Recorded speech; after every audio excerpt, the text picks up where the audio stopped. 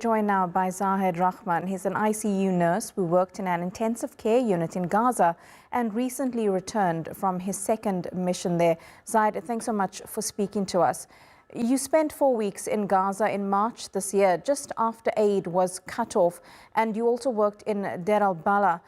Just talk us through what you experienced during that time. It must certainly have been quite different to what you saw at the same time last year. So the difference between my two visits was quite significant. The types of injuries we saw this time were far worse than they were last time.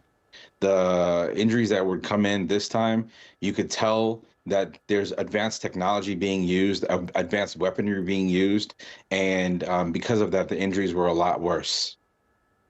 We did not see last year, we did not see injuries that were sustained if you were far away. You had to be in the immediate blast site of an explosion in order to be a victim. Now, you would have victims that would come in that were 200, 300, 400 meters away because of shrapnel. And the shrapnel that was removed from some of these patients were laser cut squares. And I've seen them with my own eyes. They're laser cuts, very small squares that penetrate the body, and you would have sometimes children with a pin-size entry point in their head, and sometimes it often goes missed, unless of course there's a clinical change in their presentation, and then upon further investigation, further testing, you would know that the patient had this penetrating injury to their brain, and now they have a hemorrhagic stroke, or they're bleeding out in their head, or in their heart, or wherever it may be.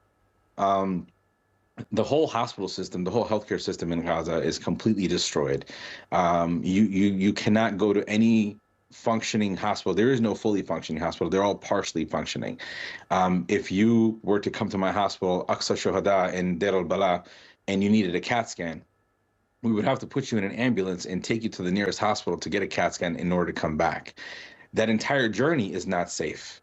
Not for that patient, not for the driver, not for the ambulance. You are considered a moving target, even though you're traveling with lights and sirens. And actually, last night, I believe 24 hours ago or less, Aqsa Shuhada was attacked again. I think they had 3 explosions on their hospital ground. And this resulted into many injuries as well. Yeah, Zahed, it's absolutely horrific to just even imagine those types of injuries that people are experiencing, that you witnessed yourself. But then with the lack of aid coming in and these partially functioning hospitals, how are medical workers actually coping and treating those injuries, working under such horrific conditions, but then also living through the personal trauma themselves? All the employees that come to work, they live in a red zone, they commute through a red zone, and they come to work in a red zone. Their entire existence is in a red zone. The families of those healthcare workers, they're always constant targets, as well as the healthcare workers themselves.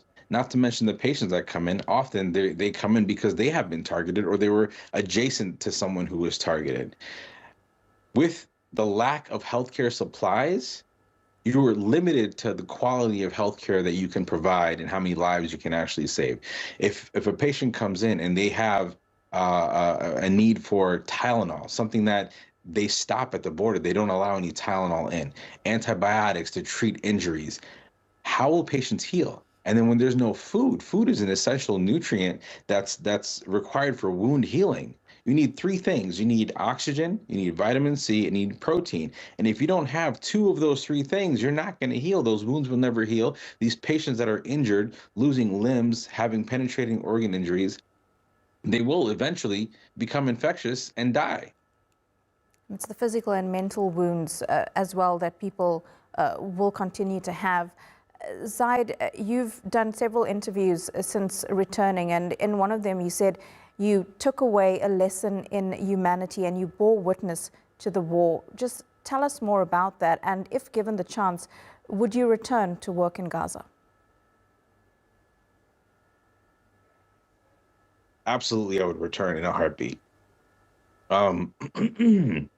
And as far as what I said in the other interviews, The fact of the matter is that because I carry a blue passport, I'm given this privilege of speaking to you and having this platform. I'm a nobody. I'm just basically a nurse, and who is given the opportunity to go to Gaza to help people, and I'm given the opportunity to speak with you and give my testimony because I carry a blue passport. I'm not privileged by any means, only because I'm an American is the only reason I'm talking to you. But the information that I carry, the witnessing that I saw, it is my duty, my obligation to come and give my testimony to what I saw out there.